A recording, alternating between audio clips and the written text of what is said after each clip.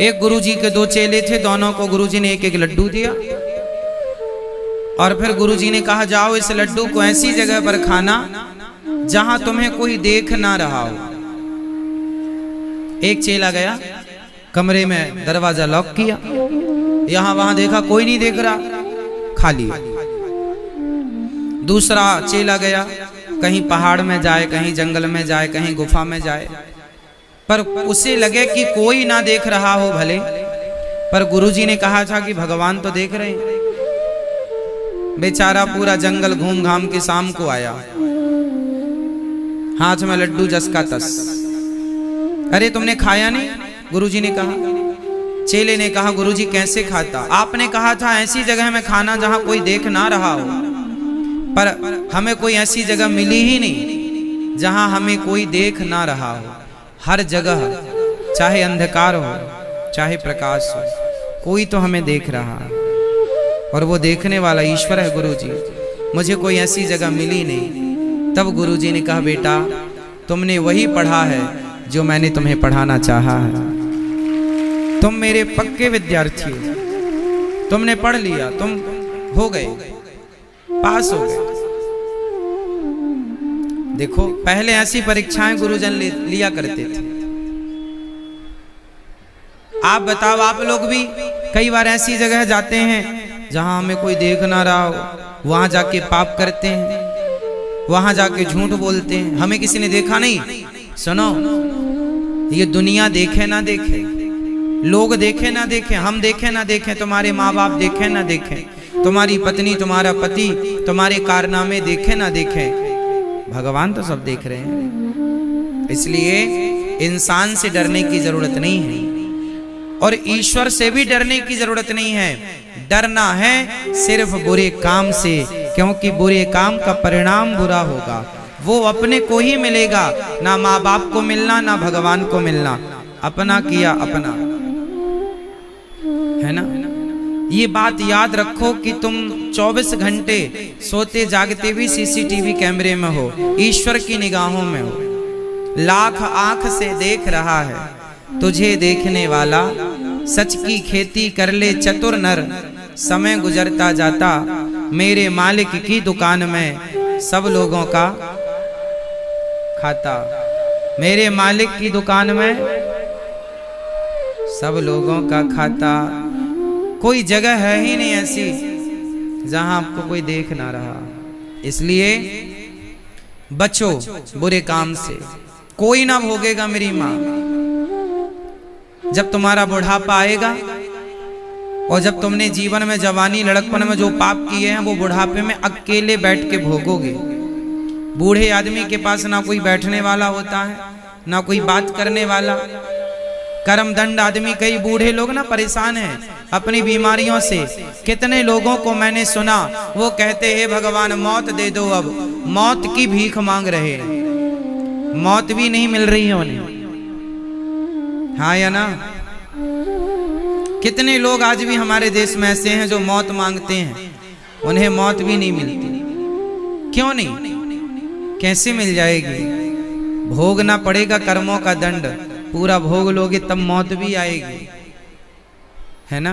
इसलिए कोई और ना भोगेगा।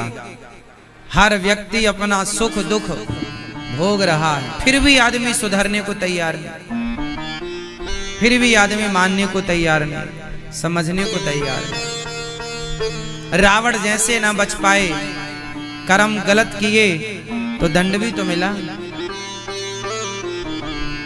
हाँ या ना?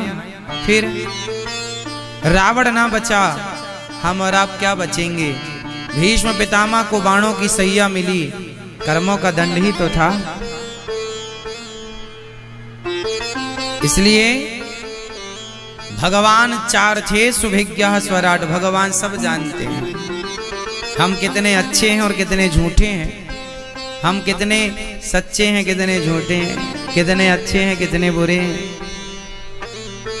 गांव में लोग कहते हैं मामा से ममियोरी की बातें ना करो,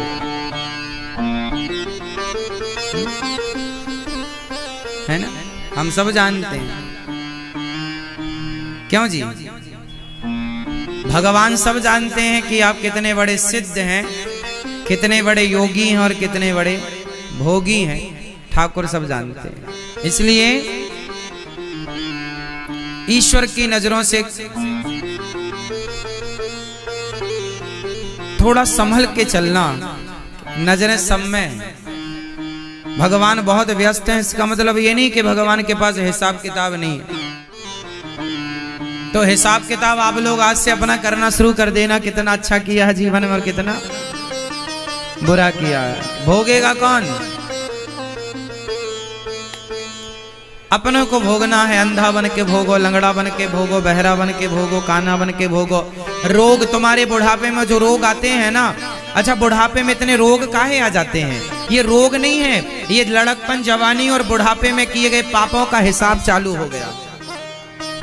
कुछ यहीं से चालू हो जाता है, ये यहीं का हिसाब है साहब। आप कहते हैं भगवान देते नहीं यहाँ का, ये बुढ़ापे के रोग यहीं के हिसाब तो हैं।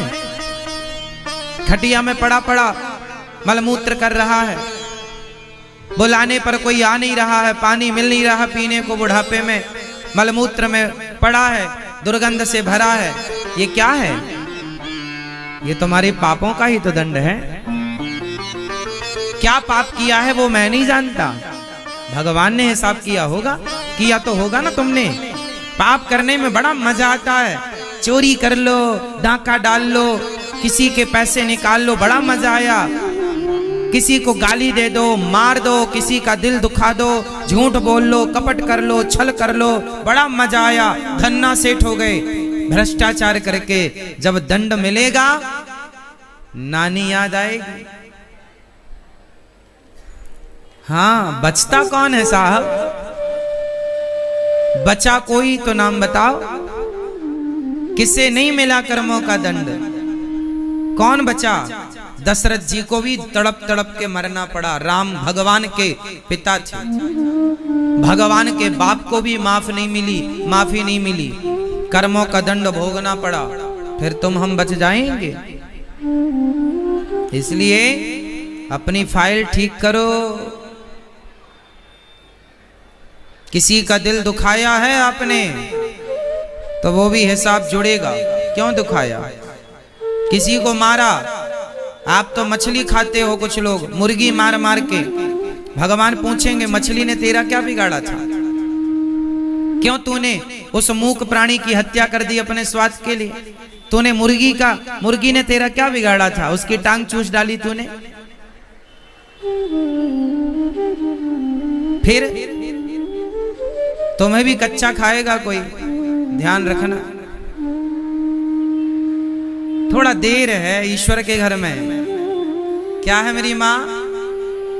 मैंने अपनी आंखों से देखा है, ये मेरे जीवन का अनुभव है कि भगवान के घर थोड़ा देर लगती है साहब, पर हिसाब किताब यहीं होता है। यहां से ऊपर होता होगा अलग है, पर मैंने देखा है कि हिसाब यहां भी होता है।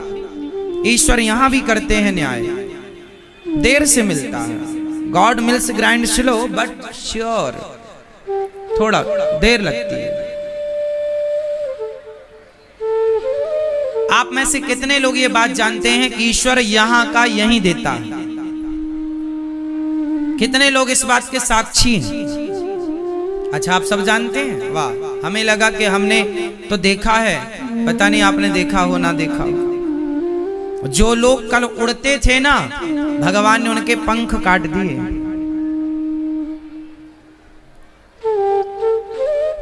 हमने अपनी आंखों से देखा है। जो लोग कल बड़ी बड़ी डींगे, बड़ी बड़ी बातें करते थे, अपने शोहरत का, अपनी दौलत का रुतबा दिखाते थे साहब, जिस दौलत का घमंड था, वो लोग आज टुकड़े टुकड़े को तरस रहे हैं, रोटी के टुकड़े को। मैंने देखा अपने जीवन में, मैंने हर दौर देखे हैं, मैंने इंसानों की औकात अच्छे से देखी है। इसलिए जीवन में घमंड नहीं पालता मैं कभी। आप पालते होंगे घमंड, हम घमंड नहीं पालते। हमने बड़े बड़े घमंडियों को, उनके घमंड को टूटते अपनी आंखों से देखा है। हमने ऐसे भी हाथ देखे हैं जो लोगों पर उठते थे, और उन्हीं हाथों को फिर हमने ऐसे भी देखे। इसलिए आखिरी पोजीशन यही है, जब ईश्वर की लाठी पड़ती है ना तो आदमी ऐसे खड़े होता है, हाँ या ना। इसलिए हम पहले ही से ऐसे खड़े रहते हैं प्रभु के चरणों में। आखिरी में ऐसे खड़े होने से अच्छा पहले ही खड़े रहो, क्यों जी, हाँ या ना। ये जो पोजीशन है ना, ये समझ रहे हो मेरी माँ। जो लोग कल तक तुम्हें कुछ समझते नहीं थे, समय ने ऐसा चक्कर चलाया कि जो लोग कल तुम्हें मसलने की बात करते थे, आज वो तुम्हारे सामने हाथ जोड़े खड़े हैं। ये समय का चक्कर ही तो है, हाँ या ना। इसलिए आप में से सब लोग जानते हैं, बताओ सबसे बलवान कौन है? जोर से।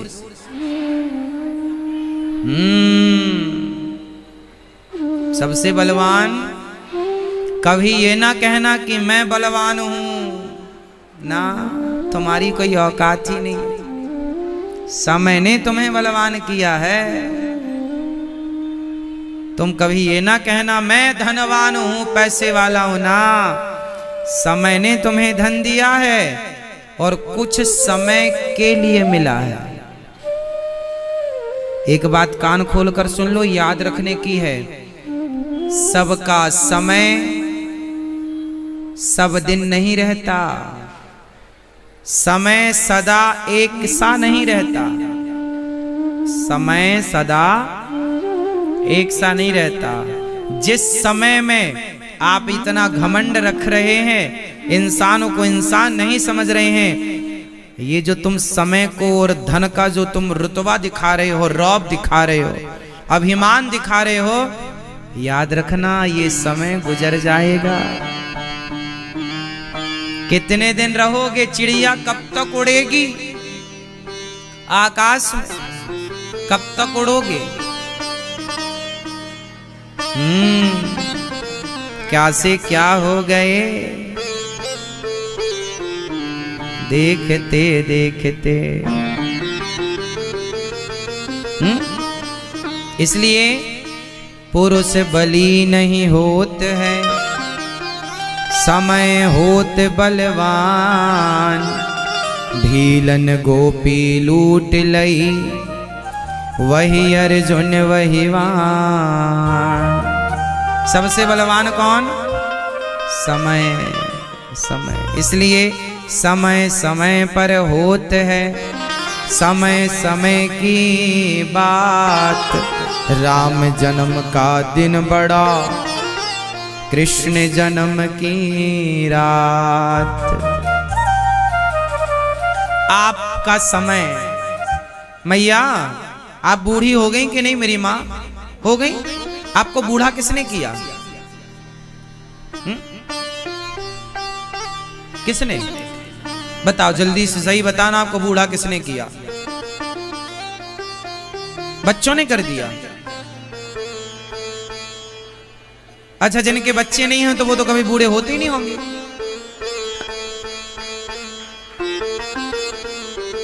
आपको बूढ़ा, आप बूढ़ी होगी मैया? नहीं, अभी तो आप बूढ़ी नहीं, अभी तो आप दूध पीती हैं। अच्छा बताओ, आप में से कितने बूढ़े हो गए? अच्छा मैया बूढ़ी हैं। मैया बताओ, आपको किसने बूढ़ा किया? हाँ, आपको किसने बूढ़ा कर दिया? समय ने। आपके बाल सफेद किसने कर दिए? समय ने। आपकी कमर में दर्द किसने दिया है? घुटनों में दर्द किसने दिया है? हाँ, समय ने। आपके बालों का रंग बदल गया, समय ने बदल दिया। बाल झड़ने लग गए, किसने झड़ा दिया? समय हो गया।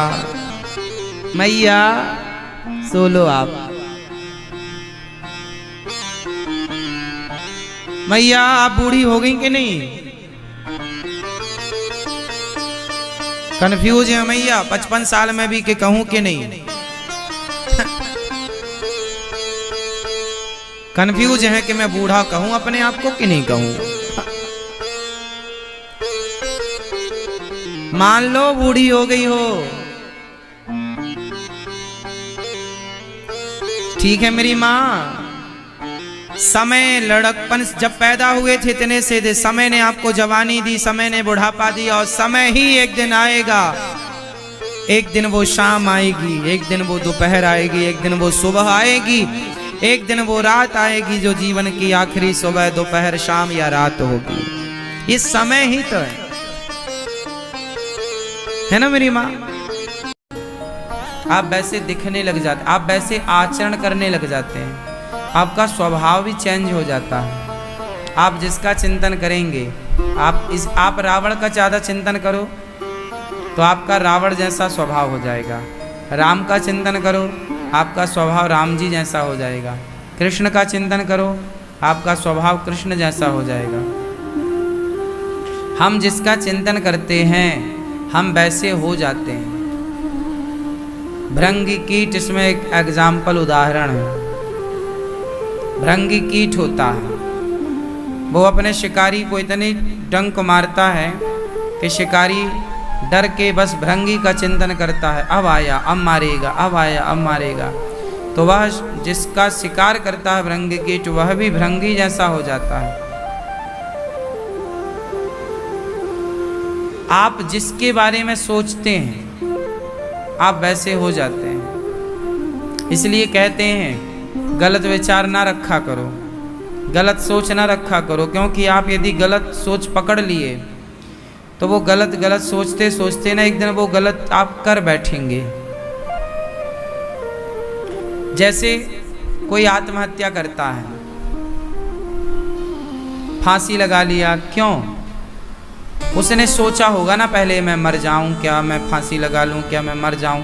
जब आप सोचते हैं तो आप वैसा कर लेते हैं। आप सोचिए कि मुझे सफल होना है, मुझे सफल होना है, मुझे सफल होना है, मुझे काम करना है, मुझे बिजनेस करना है। आप सोचिए तो आप एक दिन सफल हो जाएंगे। लेकिन आप सोचेंगे नहीं, मैं सफल नहीं हो पाऊंगा, मैं नहीं कर पाऊंगा, मेरे से नहीं होगा, मैं नहीं कर पाऊंगा, मेरे से नहीं होगा। आप ऐसा सोचेंगे तो आप सचमुच नहीं कर पाएंगे, क्योंकि जैसा आप सोचते हैं वैसे वाइब्रेशन आपके भीतर प्रवेश कर जाते हैं।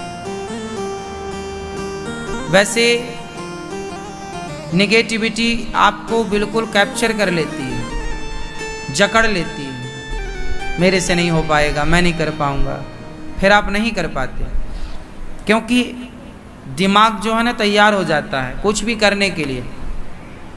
अच्छा एक बात बताओ, आपका शरीर जो है ना,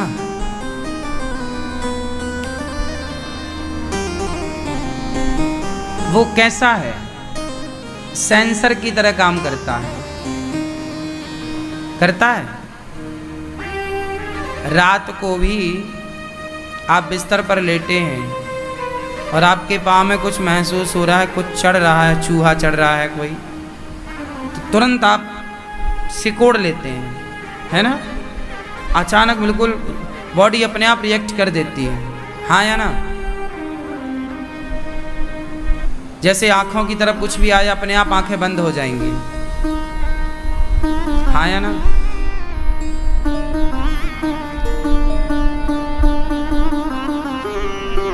ऐसे ही शरीर जो है ग्रहण करता है चीज़ों को। जैसे कैमरा मोबाइल का कैमरा फ़ोटो खींचता है, आपने फ़ोटो खींच ली तो वो जाके मेमोरी में सेव हो जाएगी फ़ोटो, तब तक रहेगी जब तक आप डिलीट नहीं कर दोगे, हाँ या ना? आपकी गैलरी भर जाती है कि नहीं मोबाइल की, फिर आप क्या करते हो? बोलो बोलो। मतलब की चीज़ें रखते हो और बाकी की चीज़ें सारी डिलीट मारते हो। मोबाइल तो आप साफ करते हो, डिलीट मारते हो, गैलरी में ज़्यादा भर गया तो। लेकिन विडंबना देखो कि आप अपने दिमाग में जो गंदी चीज़ें हैं, नकारात्मक विचार हैं, गलत विचार हैं, आप उन्हें डिलीट नहीं करते, बस भर लेते हैं। अच्छे विचारों को रखिए, और गलत विचार आए हैं तो कोई बात नहीं, मोबाइल पर फोटो खिंच गई, कोई बात नहीं, डिलीट मार दो ना, ऑप्शन तो है ना। नहीं, जैसे आपके मन में विचार आया चलो चोरी कर लेते हैं, वो फलाने के पैसे पड़े हैं उठा लेते हैं, ये गलत विचार है, आया है कोई बात नहीं, आने दो, अब इसे डिलीट मार दो। अब क्या करेंगे, आपने उसे डिलीट नहीं मारा तो वो विचार अंदर रहेगा। आपने सोचा था चोरी कर लें, चोरी कर लें, चोरी कर लें, आप अपने आप को रोक नहीं पाएंगे, आप एक दिन चोर हो जाएंगे, आपको पता ही नहीं लगा कि आप कब चोर हो गए। हाँ या ना?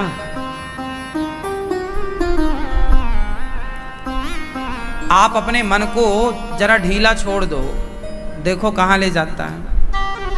आपने किसी लड़की को देखा, किसी लड़के को देखा तो विचार आता है, वाह ये कितना सुंदर है, ये कितनी सुंदर है। और जब विचार आया तो आपका मन उस लड़की या उस लड़के की तरफ खींचा चला जाता है। ये विचार है गलत, आया दिमाग में है, फिर आप क्या करेंगे, इसे डिलीट नहीं मारते, तो फिर आप जिसको भी देखते हैं आपको आपका मन उस तरफ खींचा चला जाता है, लड़की की तरफ, लड़कों की तरफ बार बार खींचता है, बार बार। क्यों? क्योंकि वो गलत विचार जो पहली बार आया था उसे आपने डिलीट नहीं मारा, फिर वो बार बार आपको उसी तरफ ले जाएगा। और एक दिन जब आप डिलीट नहीं मारोगे तो एक दिन वो विचार लड़की की तरफ जाते जाते, लड़के की तरफ जाते जाते, एक दिन वो कई बार गुनाह में तब्दील हो जाता है। क्या बन जाता है? गुनाह। ये जो बलात्कार होते हैं, क्यों होते हैं? बलात्कार करने वाले के मन में बलात्कार करने का पहले तो विचार आया होगा ना, कि डायरेक्ट उसने बलात्कार किया। डायरेक्ट बलात्कार होगा या पहले विचार आएगा? बोलो, विचार आएगा।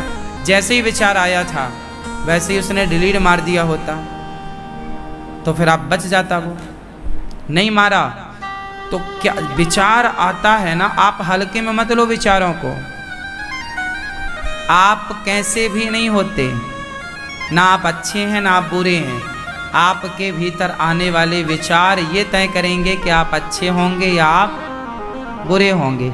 आप अच्छे नहीं हैं ना आप बुरे हैं, आप तो एक ढांचा है, पूरा खेल आपके विचारों का है। स्वामी विवेकानंद जी महान हो गए शरीर से कि विचारों से? शरीर से कोई महान होता है कि विचारों से? बोलो, शरीर तो सबका एक सा है लगभग, 2 पांव, 2 हाथ, 2 आंखें, सेम आपका मेरा, सबका। सबका खून लाल है, सबके पास मस्तिष्क है। राम और रावण दोनों हैं, दोनों की राशि एक है, राशि रावण राशि राम, लेकिन दोनों के विचार अलग अलग हैं। और पूजा राम की नहीं होती, राम के विचारों की पूजा होती है,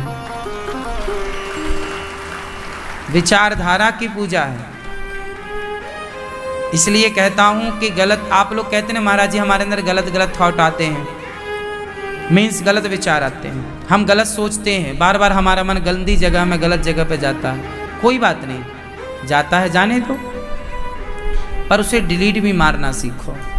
शाम को सोने के पहले सारे गलत विचारों को भूल जाओ, डिलीट मारो और अपने आप को अच्छे विचारों की तरफ ले जाओ। बार बार मन गलत तरफ जा रहा है, शाम को से निकालो गलत चीज़ों से और सही विचारों को पकड़ो, गलत विचारों को छोड़ दो।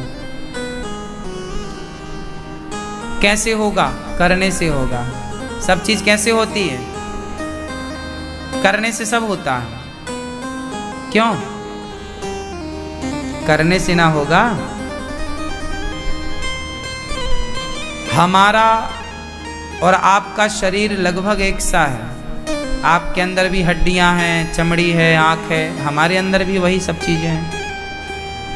हमने भी माँ का दूध पिया, आपने भी माँ का दूध पिया, आप भी दाल चावल सब्जी रोटी खाते, हम भी वही खाते हैं। आप भी पानी पीते, हम भी पानी पीते, आप भी सांसें लेते, हम भी सांसें लेते। फर्क क्या है? सिर्फ विचारों का। हमारी और आपके बीच में ये जो दूरी है वो किसकी दूरी है? शारीरिक दूरी है या विचारों की दूरी है? हमारे और आपके बीच में अंतर क्या है? शरीर की नक्काशी तो एक सी है लगभग, सिर्फ विचार। इसलिए कहते हैं हमारे ऋषियों ने, बिना विचारे जो करें सो पाछे पछताएं, और काम बिगाड़ें आपनो जग में होत हंसाएं। इसलिए गलत विचार आए डिलीट मार दो, अच्छे विचारों को पकड़ के रखो। आपके अच्छे विचार आपको अच्छा बनाएंगे, श्रेष्ठ बनाएंगे, आपकी पूजा कराएंगे। आपके विचार, आपके अंदर विचार आया बिजनेस करने का, कर लो, सफल हो गए तो वो विचार आपकी कीमत बढ़ा देंगे। नहीं, आपके अंदर विचार आया शराब पीने का, आपने शराब पी ली, शराब आपकी कीमत घटा देगी। गलत काम आपकी कीमत घटाते हैं और अच्छे काम आपकी कीमत, आपकी क्या कीमत है? आपके विचारों पर निर्भर करेगा कि आपकी कीमत क्या है। एक व्यक्ति होता है जो 500 रुपये दिन में काम करता, दिन भर काम करेगा, मजदूरी करेगा, 500 रुपये। एक व्यक्ति होता है जो केवल 1 घंटे काम करता है और वो 5000 रुपये कमा लेता है। एक इंजीनियर होता है, आपके लिए एक नक्शा बना के देता है और लाखों की फीस ले लेता है। एक डॉक्टर होता है, 5 मिनट भी नहीं लगता, पकड़ता है, चेकअप करता है, 500 रुपये, 1000 रुपये जो भी उसकी फीस होती है आप देते हैं। 5 मिनट भी नहीं लगता, वो डॉक्टर आपको 5 मिनट भी नहीं देता और 5 मिनट के अंदर 500 रुपये ले लेता। एक आदमी है जो 8 घंटे काम करता है तो 500 मिलता है, और एक व्यक्ति वो है जो 5 मिनट में 500 कमा लेता है। हाँ या ना? और बड़ा दायरा आपका होगा, श्रेष्ठ विचार होंगे तो बड़े बड़े सलाहकार सलाह दे, जैसे एडवोकेट, वकील, वकील से आप सलाह लीजिए, फ्री में नहीं देगा, फीस चार्ज करेगा। 1 घंटा आपके संग डिस्कस करेगा तो उसकी फीस 10,000 भी हो सकती है, और बड़ा वकील है तो 50,000 भी हो सकती है, और बड़ा वकील है तो 5 लाख रुपए लेगा 1 घंटे का। हाँ या ना? बताओ, घंटे तो वही हैं, 8 घंटे मजदूर करता है 500 रुपये, और आदमी 1 घंटे का 5-5 लाख रुपए भी ले रहा है। तो ये कहाँ, किस में चेंज हो रहा? शरीर में या विचारों में? आपकी काबिलियत, आपकी योग्यता, आपकी शिक्षा, आपके विचार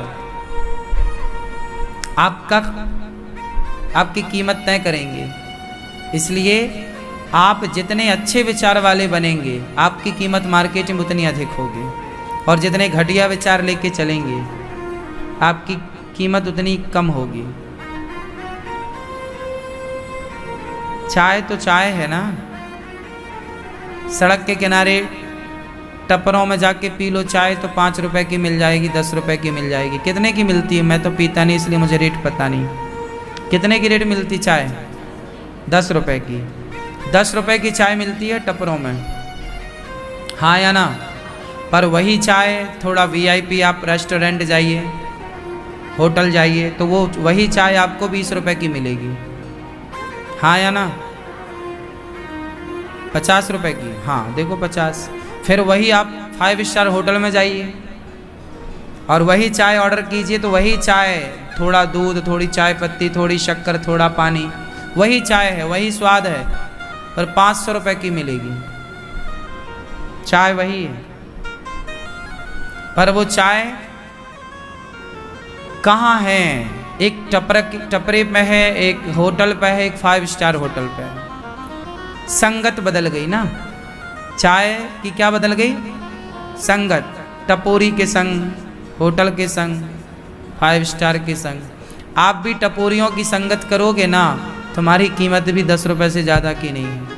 और आप यदि अच्छी संगति करोगे तो आपकी कीमत करोड़ों की है। इसलिए कहता हूँ, संगत से गुण आत हैं, संगत से गुण जाएं। लोहा जड़ा जहाज में, पानी में उतराए। पानी में लोहे का टुकड़ा डूब जाता है, पर जब वही लोहे की नाव बन जाती है, मीन्स नाव में जड़ जाता है सैकड़ों टन लोहा। बड़े बड़े जहाज लोहा होता है उसमें, लोहा लेकिन डूबता नहीं है। तो लोहा डूब जाता है, पर नाव की संगति कर लेने से वो डूबने वाला नहीं, पार होने वाला, पार लगाने वाला बन जाता है। बात समझ में आई? तो कीमत किसकी है? संगति की। आप जितनी स्त्रियां हैं, आपकी फ्रेंड कौन है? सहेली। आपने किसी वैश्या से दोस्ती कर ली, तुम्हारी दोस्त है एक, वो वैश्या है, और तुमने उसकी दोस्ती की है, उसके संग आपका उठना बैठना है, तो देखने वाले लोग आपको भी उसी नज़र से देखेंगे कि ये ऐसी है, तो तुम भी तो बैठती हो उसके संग, तुम भी ऐसी होगी। तो लोगों का नजरिया आपके प्रति क्या होगा? वही होगा कि तुम भी वैश्या हो। लेकिन तुम किसी मंदिर में किसी भक्त के पास बैठने लग जाओ, तो लोगों को लगेगा ये देखो, ये भक्त हैं जो भगवान के कीर्तन भजन में अच्छे विचारों से जुड़े, अच्छे हैं। बस आपका बैठना उठना किनके साथ है? आप कुछ भी तय नहीं करते, आपकी संगति तय करती है। दुर्योधन कुछ भी नहीं था। दुर्योधन ने जो कुछ किया वो दुर्योधन ने नहीं किया, दुर्योधन की संगति ने कराया। ये बात सही है कि गलत है? दुर्योधन ने कुछ भी नहीं किया, किसने कराया? दुर्योधन संग किसका करता? शकुनी। शकुनी जो ज्ञान देता, दुर्योधन का कोई ज्ञान नहीं था, दुर्योधन की कोई अक्ल नहीं थी, उसकी पर्सनल कोई समझ नहीं थी, वो तो शकुनी के इशारों पे नाचता था। हाँ या ना? कैकेयी माता की कोई अपनी सोच नहीं थी, कोई अपने विचार नहीं थे, वो तो मंथरा के विचारों को फॉलो करती गई। कैकेयी माँ के अपने क्या विचार थे? कैकेयी तो खाली थी, विचार शून्य थी। फिर विचार किसने दिए? मंथरा ने, और मंथरा के विचारों को फॉलो कर लिया। आप जिनके विचारों को फॉलो करेंगे आप वैसे हो जाएंगे। कैकेयी ने मंथरा के विचारों को फॉलो किया, दुर्योधन ने शकुनी के विचारों को फॉलो किया, और अर्जुन ने श्री कृष्ण के विचारों को फॉलो किया। तीनों की स्थिति आप देख लो। आप लोग हमारी संगति करोगे अनिरुद्धाचार्य की, तो हमारी संगति करते ही आपकी कीमत कई गुना बढ़ जाएगी, आपके विचार कई गुना पवित्र हो जाएंगे, डिप्रेशन खत्म हो जाएगा। और आप टपोरियों की संगति कर लो, जैसे कि आज की युवा किनकी संगति करते हैं? टपोरियों की, जो खुद तो कुछ करता नहीं है और तुमसे ये और कहता यार तुम ना कर पाओगे। आजकल आपके दोस्त क्या कहते हैं? खुद तो कुछ करते नहीं, खुद सिगरेट पी रहे हैं, खुद शराब पी रहे हैं, खुद बीड़ी पी रहे हैं, खुद गांजा पी रहे हैं, खुद दूसरों की बहन बेटियों को गंदी नज़रों से देख रहे हैं। और आपने ज़रा उनके सामने कहा कि यार मैं एक बिजनेस करना चाहता हूँ, यार मैं एक व्यापार प्लान कर रहा हूँ, एक मैं ऐसा, वो कहेंगे यार इसमें क्या रखा, तो नहीं कर पाएगा, क्योंकि वो खुद असफल है। जो स्वयं असफल है वो आपको सफलता का सूत्र कैसे दे सकता है? सफलता का मंत्र तो वही दे सकता है जो स्वयं सफल हो। इसलिए कभी उनकी संगति मत करो जो निठल्ले हैं, कुछ नहीं करते। अच्छा देखो,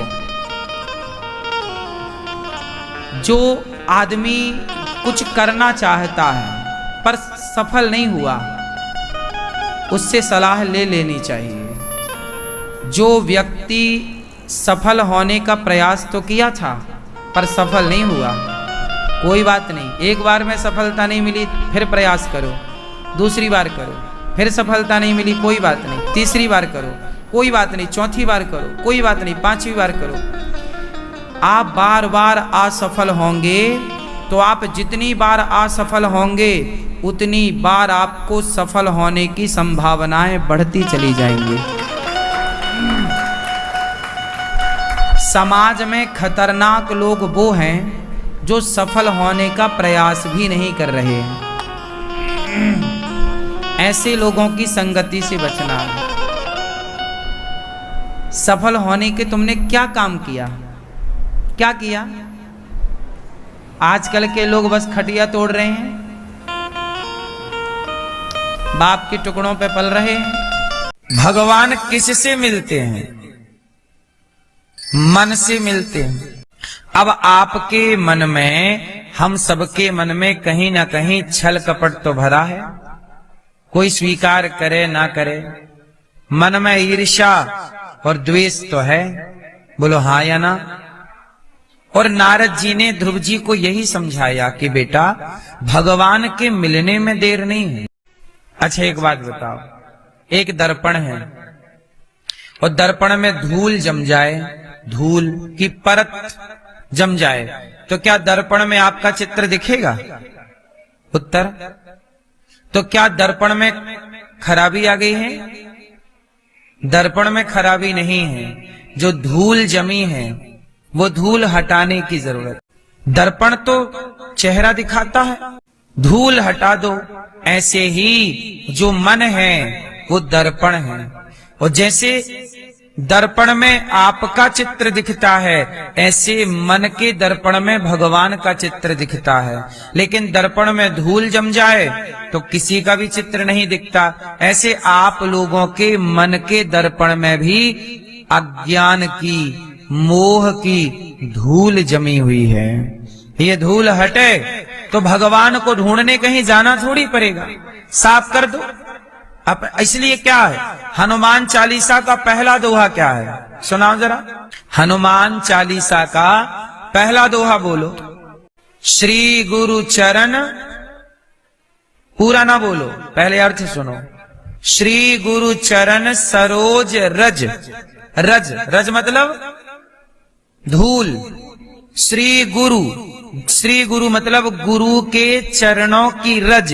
श्री गुरु चरण सरोज रज निज मन, निज मतलब मेरे, मेरे निज मन, मन मुकुर, मुकुर मतलब मिरर, मतलब दर्पण, दर्पण को कहते हैं मुकुर। श्री गुरु चरण सरोज रज निज मन मुकुर सुधारी। तो पहले अपने गुरु जी के चरणों की रज से, गुरु जी के ज्ञान से, गुरु जी की बातों से पहले मन के इस दर्पण को साफ कर लो। और जब साफ होगा तो फिर क्या होगा? वर्णौ रघुवर बिमल जसु जो दायक फल चारि। मैं उस रघुनाथ जी के यश का गान करूंगा जिनके गान से 4 फल प्राप्त होते हैं। जो दायक फल 4, जो दायक फल 4। ये फल 4 ही कौन कौन से फल हैं? श्री गुरु चरण सरोज रज निजमन मुकुर सुधारी, वर्णौ रघुवर बिमल जसु जो दायक फल। ये 4 फल कौन कौन से हैं? जो दायक फल 4। ये 4 फल कौन से हैं आप बताओ? 4 फल बता रहे हैं ना, जो दायक फल 4। ये 4 फल कौन से हैं? कौन है 4 फल? हाँ, 4 पुरुषार्थ, धर्म, अर्थ, काम, मोक्ष। जो गुरु जी की बात मानेगा गुरु जी के चरणों के रज से अपने मन के दर्पण को साफ करेगा, वह धर्म में लग करके अर्थ की प्राप्ति करेगा, अर्थ से कामनाओं की पूर्ति कर लेगा और कामनाओं की पूर्ति होते ही वह मोक्ष का अधिकारी हो जाएगा। धर्म अर्थ काम मोक्ष। फिर क्या है? बुद्धिहीन तनु जान के सुमिरो पवन कुमार, बल बुद्धि विद्या देहु मोहि हरहु क्लेश। हमारे भीतर जो नाना प्रकार के कलह और क्लेश हैं, विकार हैं, हे प्रभु, हे हनुमान जी, पहले हमारे विकार हरो, पहले विकार हरो, तब फिर पढ़ो जय हनुमान ज्ञान गुण सागर। क्यों? अब हम लोग विकार हरते नहीं और कहते हैं कि भगवान मिल नहीं रहे हैं। हमारे मन में बड़ा कपट भरा होता है। एक छोटी सी कथा सुनाता हूं, शास्त्रों की है, आपको समझ आएगी। एक बालक था 8-9 साल का, वो 8 जगह से टेढ़ा था, हड्डियां टेढ़ी, पैदा हुआ तो जन्म से टेढ़ा था, तो चलता तो ऐसे ऐसे चलता, 8 जगह से लचक मारता। नहीं, कोई लोग चलते हैं तो लचक मारती है क्योंकि बनावट ऐसी है। तो वो 8 जगह से टेढ़े थे, तो नाम पड़ा अष्टावक्र। क्या नाम पड़ा? अष्टावक्र जी अपनी माँ से पूछे कि माँ, मेरे पिता कौन है? तो माँ ने कहा कि बेटा, तुम्हारे पिता तो राजा जनक के यहां गए थे और वहां पर एक बंदी नाम के ब्राह्मण से शास्त्रार्थ में हार गए, तो वहां का नियम था कि जो हार जाएगा उसे पानी में डुबा दिया जाता था। तो तुम्हारे पिता की तो हत्या हो गई है। अब तो अष्टावक्र जी बोले कि मैं बदला लूंगा। अब 8-9 साल के ही हैं, अधिक से अधिक 10 साल मान लो। बोले मैं भी जाऊंगा। कहा? बोले बंदी को हराऊंगा शास्त्रार्थ। सबने समझाया कि तुम तो बच्चे हो। नहीं नहीं नहीं, राजा जनक की सभा में अष्टावक्र जी चले। अष्टावक्र जी खड़े हुए, चले तो ना, टेढ़े चलते तो लोग हंसते उनको देख करके। तो राजा जनक की सभा में बड़े बड़े विद्वान बैठे ही रहते हैं। तो जब अष्टावक्र जी पहुंचे तो द्वारपालों ने रोक लिया। रुको, क्यों रोक रहे हो? बोले राजा जनक के दरबार में विद्वान लोग बैठते हैं, तुम बच्चों का कोई काम नहीं है, चलो बाहर। तो अष्टावक्र जी ने कहा कि क्या कोई उम्र से विद्वान या मूर्ख होता है क्या? क्यों? क्या उम्र से कोई विद्वान या मूर्ख होता है क्या? क्या बहुत उम्र वाला व्यक्ति मूर्ख नहीं होता? और क्या कम उम्र वाला बालक भी कई बार विद्वान नहीं हो जाता? क्या छोटी उम्र में ध्रुव जी भगवान को नहीं पा गए? क्या छोटी उम्र में प्रहलाद जी भगवान को नहीं पा गए? क्या ये विद्वान नहीं थे? तो उम्र से ज्ञान का क्या लेना देना है? हमें जाने दो। द्वारपालों ने जाने दिया। राजा जनक के सभा में जैसे ही अष्टावक्र जी गए तो टेढ़े से चलते, लचकते हुए 8 जगह से। तो जनक की सभा में जैसे गए तो सारे सभा में बैठे लोग खिलखिला के हंसने लगे। हा हा हा हा हा हा, खूब हंसे। जब सब हंसे तो बाद में अष्टावक्र जी भी हंसे। तो राजा जनक हो गए कंफ्यूज। राजा जनक बोले कि महाराज, सब लोग हंसे तो बात समझ में आई कि आपका लचीला शरीर देख के हंसे, आप क्यों हंसे? तब अष्टावक्र जी बोले, राजा जनक, मैंने सुना था कि तुम्हारी सभा में विद्वान लोग बैठा करते हैं। आज आके देखा तो पता चला यहाँ तो मोची लोग बैठे हैं, मोची बैठे हैं सारे। अब तो वहां जितने विद्वान बैठे थे सबको लगा ये तो हमारा अपमान कर रहा है बालक। जनक जी ने कहा, क्या बात करते हो, ये सब विद्वान हैं।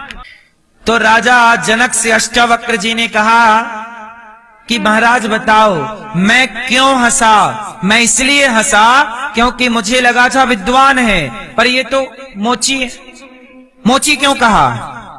तब अष्टावक्र जी ने कहा कि पूछो अपने विद्वानों से कि ये मुझ पर हंसे कि मुझे बनाने वाले पर हंसे, ये किस पर हंसे।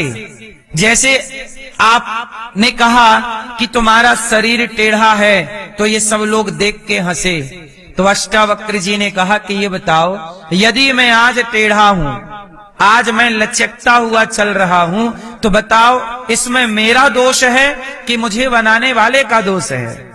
यदि मैं आज गोरा हूं, यदि मैं आज काला हूं, मैं अंधा हूं, लंगड़ा हूं, तो इसमें मेरा दोष है कि मुझे बनाने वाले का दोष है। किसका दोष है? भाई मैं अंधा हूं तो मैं अंधा हूं, क्या करूं? भगवान ने जैसा बना दिया मैं वैसा हूं। लंगड़ा हूं तो जैसा ईश्वर ने बना दिया, इसमें मेरा क्या दोष है? तो ये पूछो जनक जी अपने लोगों से कि ये किस पर हंसे, मुझ पर हंसे या उस कुम्हार पर जिसने मुझे बनाया है? किस पर हंसे? अब तो जनक के सभा के सारे लोग चुप रह गए। किस पर हंसे? राजा जनक ने कहा महाराज मैं क्षमा चाहता हूं, पर ये बताओ आप क्या चाहते हो? बोले मैं शास्त्रार्थ करने आया हूं बंदी नाम के ब्राह्मण से। कहा है? बंदी खड़े हो गए, मैं हूं, करो शास्त्रार्थ।